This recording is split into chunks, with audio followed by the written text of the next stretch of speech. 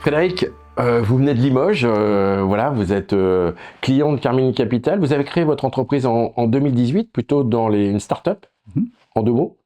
En 2 mots, une start-up issue d'une agence de communication que j'ai dirigée pendant 20 ans. Cette société est spécialisée dans le web et l'accompagnement des personnes qui ont des besoins différents, qui sont en situation de handicap notamment, et qui veulent utiliser le web. C'est-à-dire que notre solution technologique, elle vise à rendre le web plus accessible à des personnes qui ont des troubles. Donc, fulgurant, en 6 ans de temps, vous avez décidé de faire une augmentation de capital avec 4 fonds d'investissement à hauteur de 20%.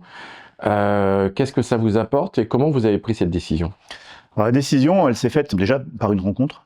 Un ami qui s'est associé avec Anne-Laure à Paris, s'appelle Germain, et il va t'accompagner à structurer ta boîte différemment. J'arrivais avec un bon background, parce que je suis pas tout jeune, et ce background-là m'a permis de donner une vision à l'entreprise. Cette vision, ils l'ont couchée sur le papier, et puis eh bien, on a rencontré des investisseurs, ils m'ont accompagné dans le cadre de la structuration même du dossier, et puis voilà, et l'affaire s'est faite avec les investisseurs qui m'ont permis de projeter mon entreprise dans d'autres sphères avec plus de moyens financiers. D'accord.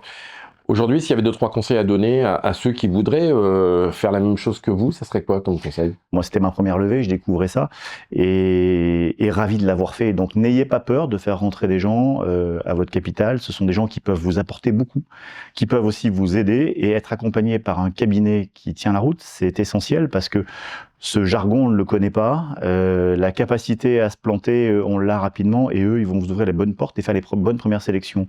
Donc, ne pas hésiter surtout à faire appel et à une société spécialisée qui va vous accompagner comme Carmine, et 2, à passer à l'acte, parce que cet acte-là, il va vous permettre de grandir plus vite. Entre la valo que vous aviez imaginée et ce qui s'est réalisé sur les 20%, vous étiez en phase.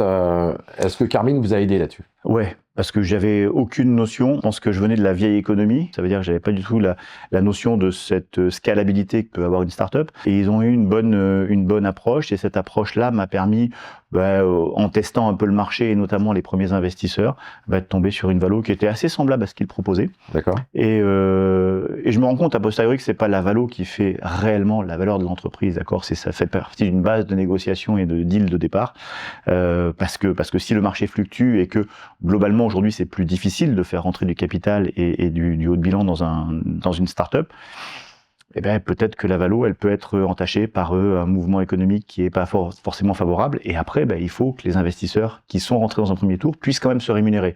Donc voilà, on ne faut pas aller à la course à la valo. Par contre, c'est bien d'avoir des gens qui vous accompagnent quand vous ne savez pas comment ça se calcule. Super, merci beaucoup.